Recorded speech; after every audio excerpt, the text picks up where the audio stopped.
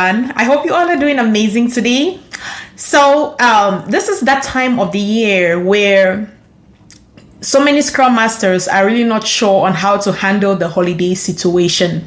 So, I've been getting a lot of questions this week, which is why I am making this content so that we may reach as many people as possible. Scrum Masters have been wondering how they would approach their sprints during this Christmas break period, because this is a time of the year where so many people are taking time off, holidays, more than usual. So of course it's going to affect the sprint's capacity. So team members are Scrum Masters are really not sure on how to handle this situation. So I have my 2 cents to give out there. This is really how I've handled this in the past. For those who don't know me, my name is Fomafung, your favorite Agile Evangelist, and welcome back to my channel. Now, if you find yourself in a situation where your team members are taking 1 week or 2 weeks off during this period and you're really not sure how to go about it, I have 2 recommendations. If you are in a situation where only a couple of team members, are taking time off and they are not taking so many days off, well, in this situation, check your capacity. Every sprint you have to be checking your capacity, your sprint's capacity, and only take in work that your capacity can cover. It's really that simple. Measure your sprint's capacity, your overall team capacity, and then plan, only take in work that your team capacity can handle. If you are in a team that doesn't, that already know their average velocity, they're good with velocity, and that's stable already. What I have done in the past is my teams will only estimate, just off the bat, the number of team members that will be out and the duration of their outing, and then they will just lower their velocity for that sprint just a little bit. They'll lower their velocity and that's it. They are good to go. Now, the concern with this is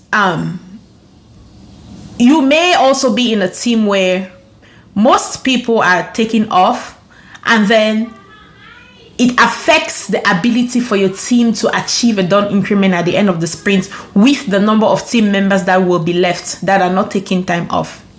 You see, because remember, the whole essence of Scrum is for you to deliver a usable, valuable, shippable outcome at the end of the sprint. So you also don't want to end up with a situation where you're only achieving output with the team members that will be left that are not taking time off. That is also an issue. So how would you handle a situation like this? All right, if you find yourself in this situation, the way I've done it in the past is, again, it's really all up to the team through conversation and collaboration with your team members. We're able to agree. We used to do a 2-week sprint, so we agreed to extend the duration of just that sprint. So instead of a 2-week sprint, we were able to extend our sprint duration to a 3-week sprint. You see, so we did that. We extended the duration to a 3-week sprint, and then we calculated the overall team capacity, factoring in all the time offs and stuff like that. And with that, we were so it wasn't really we couldn't really feel the impact of all of the time off, because we just extended it to add another additional week to our normal sprints, and we were so able to deliver a done increment.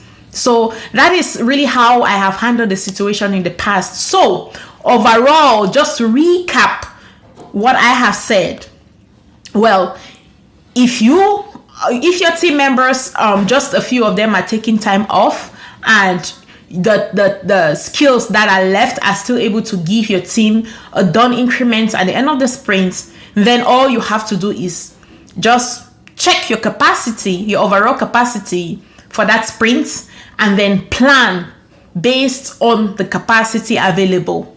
so that you're not carrying over work, or you're not planning for work and then hoping to get help from those who would definitely not be available. So that is one suggestion.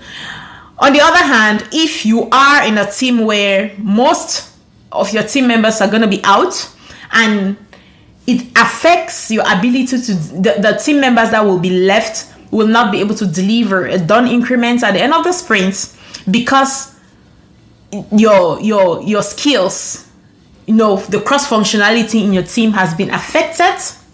Okay, in that situation, the way I've handled it is we extended our sprints to 3 weeks instead of 2 week sprints, and it worked out just fine for us. So that's pretty much it.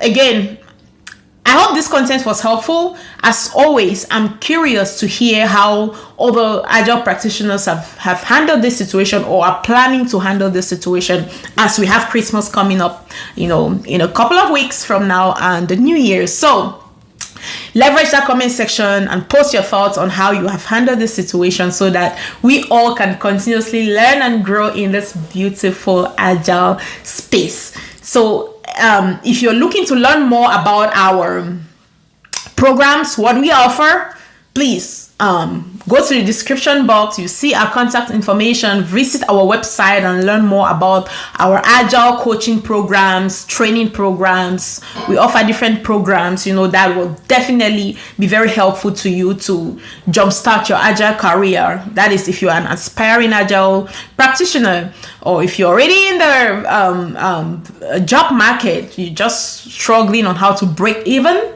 we can definitely help you. We can sure help you. Reach out to us. Again, visit our website and go through our programs and pick the one that you think best meets your need. If you're looking to be guided on which one to pick, feel free to give us a call. We'll definitely be glad to, provide some guidance. And don't also forget to like this content, share, and, let your friends know, that we have this platform, and it's really a free, open platform for people to continuously learn, bring more people, especially minorities in the corporate space. That's really our goal. So please socialize our platform to express your support towards our message, our content, and our platform. Thank you so much, and I hope to talk to you another time. Bye.